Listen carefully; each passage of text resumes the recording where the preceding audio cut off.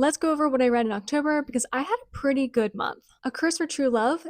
This was fine. It just wasn't as good of an ending as I thought it was going to be. Red Queen. Again, fine. I think I would have liked this a little bit better had I read it when it first came out, though. Don't Let the Forest In. I really loved this. This was so atmospheric and definitely worth a read. Verity Fox and the Curse of Foxfire. This was really good. It just suffered from a little bit of pacing issues. Junie, this was by far my favorite book of the month. It is atmospheric, it is a little bit paranormal, but it's historical fiction, and it's based off the author's real family lore.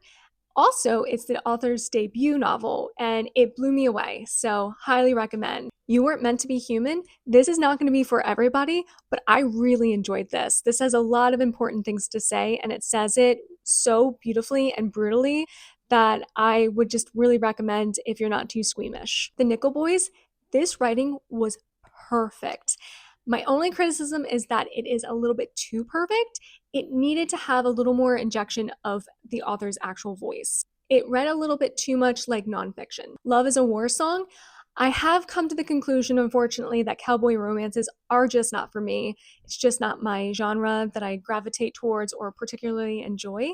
But I did really like the Native American representation in this. If it makes you happy, I loved the 90s representation, the nostalgia. My only thing is that I have come to the conclusion that I am just not a small town romance type of person, and that's okay. I still had some enjoyment of it, and I would really recommend it if you are that type of person and you do like that genre. Bury Our Bones in the Midnight Soil.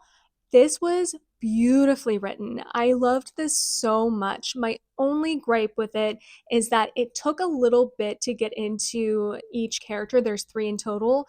So I did mark it down for that. It did feel like I had to work to be interested in these characters, but once I was interested in them, it was fantastic. And finally, Julie Chen is Dead. I really enjoyed this. This was a thriller that focuses on social media. I had no idea what was coming next. I really enjoyed the different character development. It was fantastic. I really enjoyed it.